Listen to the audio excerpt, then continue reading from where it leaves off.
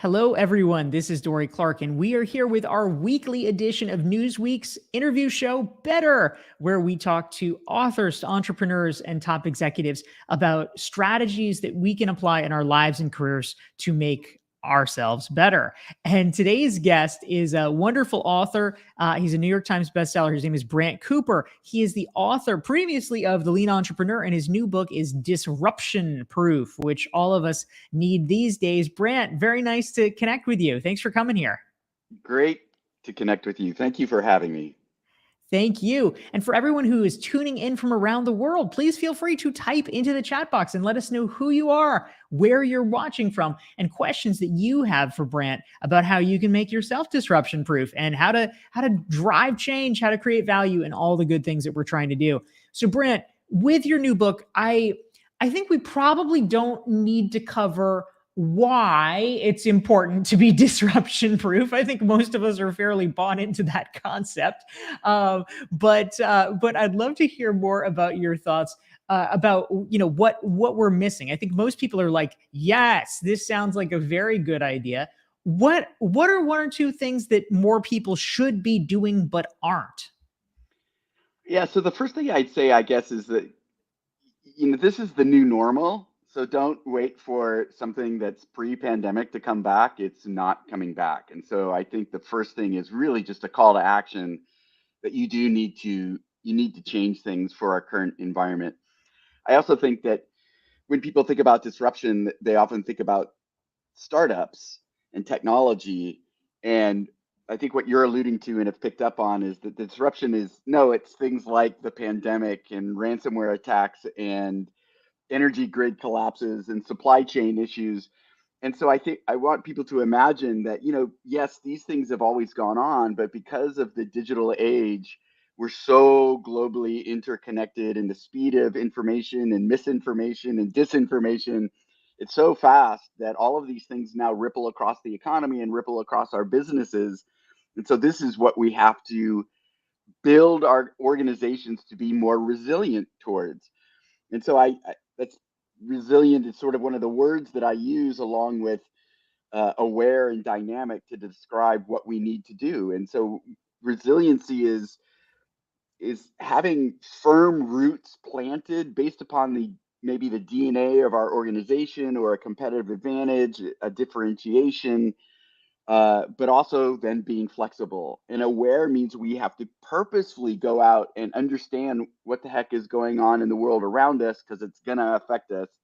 And the third dynamic is we have to be willing to change what we're doing based upon new information. And I think the latter is maybe the more difficult one because we're so process oriented, we're so like execution focused that you have to build in the time to pause, reflect on your work, take in new information, both internally, externally, and then go, hey, should we change what we're doing now based upon this new information? And so there's a lot of practices in the concepts around agile that build into your organization this ability to pause, take in information, and change if necessary. Really interesting. Thank you. I'm Dorie Clark, and we're here with Brant Cooper. You can learn more about him and his work at brantcooper.com. He's the author of a new book, which is Disruption Proof. And we want to say hi to some of the great friends tuning in and joining us from around the world. Thank you for being here, Monique. We've got Sarav joining us. Celeste is in South Africa. Cheryl is in Minneapolis, St. Paul. Bill's in Lake Norman, North Carolina. Patricia's joining from Boston. Lucilla is in Mexico City. Herb is tuning in from Cincinnati. Nancy from Boston. Kimberly's in New York, Jennifer's from Jacksonville Beach, and more. We love having all of you here. Type your questions about becoming disruption proof for Brant Cooper into the chat box. Now, Brant, something that I'm wondering about, your previous book was The Lean Entrepreneur. How do these sort of strategies around lean management, lean processes, how does that factor into becoming disruption proof?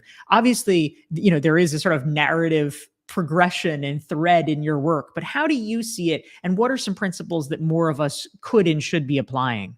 Right. So the lean part, especially, specifically my work is in lean innovation or the lean entrepreneur. So traditional lean is how do we reduce waste in creating value for customers or for other human beings? And most of the we know what the market is and we know what the products are. Whereas the lean innovation, lean entrepreneur is about, well, what are the activities that you're doing as an individual or as a business when we don't know? We don't know yet. We're facing massive amounts of uncertainty, or we're doing a startup or product innovation. And so those principles describe the behavior that we need inside of an organization that makes us more rad, makes us more resilient and aware and dynamic. And so those practices uh, are things like interviewing customers or getting to know customers, having empathy for customers, and also applying these empathy practices to colleagues and to your team members and even workers trying to understand their leaders better. So it's building real empathy into our daily work. And it also includes things like human-centered design and rapid experimentation that can bust through our assumptions, and how do we leverage data and insights in order to cut through the biases that we have around the work that we're doing or around product ideas. And so lean entrepreneur was this, hey, how do we actually get the behavior?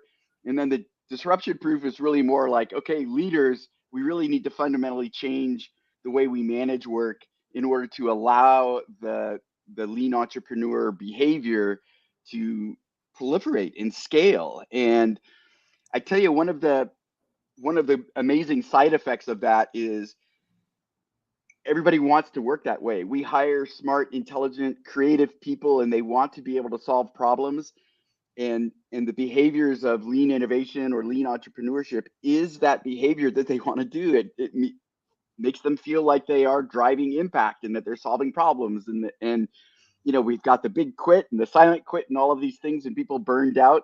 Well, let's create an environment where they want to work this way, and it also drives impact for the organization. That's great. Thank you. We're here with Brant Cooper. His new book is Disruption Proof. And if you're enjoying this conversation, hit the like button, hit the share button so that your friends can benefit from it as well. We wanted to say hi to some of our amazing viewers tuning in. Faustino is joining from, I think that's France. He used an icon and it's a little hard to tell the colors, but I think it's France. Jeanette's in Chile. Emmanuel is joining from Ghana. Peter is tuning in from Edinburgh. Ruchira is in the San Francisco Bay. Sarav's in India. Alicia is in Berkeley. Jesus is joining from Mexico, Yusra from Turkey, Liz from Maryland, and Kathy from St. Louis. We love having all of you type your questions for Brant Cooper into the chat box. Now, Brant, in your book, Disruption Proof, you talk about, you have sort of a foundational principles. You call them the 5 E's, the 5 elements, and they sort of form the basis for how we need to be thinking about these issues. Would you mind walking us through either some or all of them, your favorites perhaps, so that we can incorporate that framework into our own thinking as well? Yeah, sure. So those evolved out of the lean entrepreneur. So I've mentioned a couple of them: empathy and the evidence. I call one of the E's exploration, and that's really when you admit when you don't know something, and you therefore go into learning mode. Human beings are born to learn. It's the power that humans have over all other species. It's really quite incredible, and yet we sort of drive it out of us. And leaders are often advancing because they know or they pretend to know. And so one of these new traits we need is this self-awareness and vulnerability to go like, listen, things have changed. I don't know, I don't have all of the answers, so let's go into exploration mode and go figure it out. And I like to say exploration makes execution more efficient, because if you have any amount of uncertainty, learning how to overcome the uncertainty is actually going to make your execution more efficient. So the other thing that I talk about is ethics. And we have our values on our websites, but we need to build it into our work. And there's ways of doing this. Again, if you go back to agile teams are self-organized and autonomous, and they get to figure out what's the best way to work in order to accomplish their mission. And so you can build expected behaviors and guardrails into the mission statements, keeping the safety of particular customers or market segments, or we're allowed to do this and not do something else. And so you build the ethical behavior into a team framework. The social the social part of being on a team means that the members will hold each other accountable, not only for the work to be done, but also for the behavior. And so I think that that's connective tissue that we need to build into our work so that, especially in the digital age, we're keeping the safety of our customers in mind. I think it's sort of easy here behind keyboards and I ones and zeros and all the electronic stuff to not think about what we're doing, what the effect is on our customers and other human beings. And so we need to build the ethics into the work that we're doing. Yes, that's a great point. Thank you. We're here with Brant Cooper, author of Disruption Proof. If you want to make sure you never miss one of our weekly Newsweek interview shows, it's every Thursday at noon Eastern, 9 Pacific, 5 o'clock sometimes, 4 o'clock other times in London, depending on our time zone shifts. Just go to DorieClark.com. You can sign up, get a free self-assessment on the website, and you'll get reminders about these conversations. And if you want to learn about Brant Cooper, well, my goodness, just go to BrantCooper.com, and that is the way to do it. You can check out his books. So, Brant, something that I am also curious about, I'm actually going to read a quote here. It is, so in Disruption Proof, you say, the new business emerges from within the old. It reveals itself from the ground up while being sculpted by the very organization it is replacing. This sounds exciting, possibly a little scary here. Talk to us more. Like, what do you mean by this?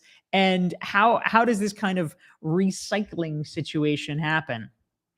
Yeah, so you know, I think leadership understands that they need to change how they manage and structure work, but typically what they do is hire a big consulting firm, and there's this big top-down effort, and it ends up being very, very process heavy. And I think over the years, most people inside the organization go like, well, this is never going to work, and I don't want to do this. And if I just sit back, all I got to do is wait, and it'll come to an end, and then we'll be able to move on. And then the other, I think, mythology around this is that you have to be a you have to be a snake that eats its own tail. You have to innovate in a way that's going to replace the business. And I don't think that those things are true. I think true transformation happens from the ground up, and it's behavior based. And so what you have to do, in my opinion, is you need the leaders like say, yes, we're going to do this, and they need to cheerlead and they need to fund it, and there's new training required. But ultimately, what you have are groups inside ground level that are changing their behavior. They're practicing and behaving in new ways, and yet they're driving impact to the organization. And that's what starts creating this momentum for change is really a grassroots, a ground up thing. And the moment business units and leaders start seeing, like, well, wait a second, this is that spirit that we need, then it starts creating this momentum. And so it literally starts emerging from inside the organization as opposed to some sort of external factor. And then what the organization does is like, well, how do we reinforce that behavior? What are the new processes and structures we put into place so that we don't kill those things? And so there you have, very traditional parts of the organization, maybe HR and finance and legal that are actually going, okay, now we need to start protecting these entities that are inside the business and allow them to grow because this is what's going to allow us to survive and thrive in the 21st century. So that's sort of how I imagined that when I wrote that phrase. I love it. That's great. Thank you very much. We're here with Brant Cooper, author of Disruption Proof. We want to say hi to our amazing viewers. Malin is tuning in from Hamburg. We have Ihuaku from Houston. Lauren is joining us from Miami. Imad's in Algeria. David's in Monterrey, Mexico. We have Shavoy from Jamaica. Marie is tuning in. Ivana is here from Poland. We've got Hella saying hi. We've got Marie in California today. Christine on the plane coming back from flight back to San Antonio, and Stacy's in Reston, Virginia. So we're glad to have all of you. And a great question, Brant, came through from Trisha in Canada. And Trisha wants to know, can you tell us more about your thoughts on what it might look like to help folks work on becoming more self-aware? It sounds like a great idea, not always easy in practice. What would you recommend? Yeah, it's a difficult one. I think that there's a couple of directions one can go. I think that you can teach empathy development skills, even sort of customer facing, and teach people how to interview and listen to customers in ways different than they typically do now. And I think that there will always be people in the organization, particularly human-centered designers, that do that better than others. But even just getting people to start listening to others actually, I think, helps people start listening to themselves. And of course, then the other direction one can come at this is teaching people to listen to themselves. So mindfulness and maybe some meditation practices and just simply breathing, being conscious of your in breath and your out breath creates self-awareness. And so I think that those would be the two directions that I would try to go. I am not, it's funny, I don't want to insult anybody, but I'm not very woo woo. I'm really not a woo woo person. Um, Yet I do meditation and I do practice self awareness and I do work on my empathy skills. And so I think that one of the biggest obstacles in the corporations is to allow people to come at it from different directions so they don't feel like there's something that's not, I don't know, part of their personality being thrown on top of them. So it requires a number of different directions, I think, for different people in the organization. But it's definitely the kind of the long haul is increasing that. I think leaders could do a lot just by themselves demonstrating that behavior. So admitting when they don't know things and admitting when they've made mistakes. And so leaders play a big role in that as well. Excellent. Thank you very much, Brant Cooper. He's the author of Disruption Proof. And Brant, something I would love for you to talk a little bit more about, something that you have mentioned in your work is what you call the endure phase. And frankly, I feel like a lot of people during the pandemic, post pandemic, they feel like they've maybe been enduring a lot. And so when it comes to navigating that, perhaps less fun part of the cycles. What are your suggestions about how businesses and individual professionals can do more to sort of survive and perhaps even thrive during what may feel like a slog? So I suffered from this during the pandemic was isolation. So I think that a lot of people suffered from that. And I think that then you have to get to the point that you're purposeful about connecting with other people. And even more than that, connecting maybe with like-minded people, at least in a corporate sense. I mean, community-wise, I think we should be connecting with all people, but if you're one that is more entrepreneurial or are into the sort of the empathy development and design thinking and those type of things, find like-minded people inside your organization. Set up a bi-weekly or a monthly virtual happy hour where everybody comes in and just is chatting about how to scale it in their organization. Or so you kind of want to find your early adopters whenever you're trying to change mindset, and those are going to be the people that keep you positive and have the ideas and are going to champion what you're up to. So I think that especially if we're working remote, we have to build the social connection into the work because otherwise people are not getting those water cooler moments that they had in the office. So so I guess that's what I would suggest is like try to connect with early adopters or like-minded people inside your organization on a regular basis. Yeah, that's excellent. Thank you very much. And we want to say hi. We've got awesome folks who are watching, many of whom join us every week. So thank you for that. Ruth is tuning in from France, Angelina from New York City. We have Tudong from Paris. We have a LinkedIn friend from Iran, LinkedIn friend from London. Gabrielle is joining again from Mexico. Zeke is back from San Benito, Texas. Tracy's from Kenya. Alexandra's in Ghana. Rich is from Phoenix. Rita Marie is tuning in from Ireland. And Michael from Southern Idaho. We're glad to have all of you here. All And around the world. How amazing is this? This is it so is fantastic. It's really great. And Brant, we're so glad to have you here. Thank you. I know you're coming in from Southern California here. A great question came in from Emmanuel, and he wants to know ways that he can encourage his team to build up resilience with regard to ethical behavior without making it seem like he's being all preachy. Are there strategies or suggestions that you have that he can apply, and your thoughts about resilience and ethics in general? Sure. So great question. I think that so I'm imagining an agile team, and when I talk agile, I don't really mean sort of rigid implementations of particular methodologies like Scrum or Safe, but to go to the Agile Manifesto and connect with the principles. And so if you form a team, then what you want to do is develop the mission statement in collaboration with your team as opposed to just giving it to them. And so when you're designing the ethical part of the mission, the guardrails, then you're asking them to contribute to it, right? So you're not actually just giving it to them from on high. You're having them come up with the ideas or help you come up with the ideas, and you can help steer that conversation. But in the end, one of the core principles of an agile team is that they're self-organized, so that it's up to them to determine the work. And so you want to empower them even in those first conversations when you're forming the mission and the metrics that you're going to measure progress by, and these guardrails. Give them the power to contribute to that, and I think that they'll actually feel empowered rather than put down upon. Yes, that's excellent. Thank you very much, Brant Cooper.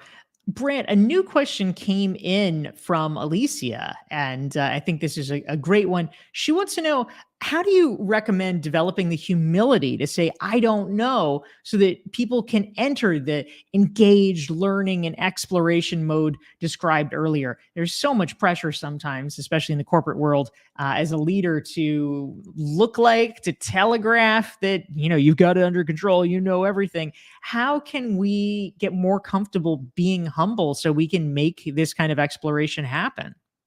Yeah, there's this really tough phase at the beginning, which is building trust, and it's you trusting your team and the team trusting you. I think the best way is through storytelling.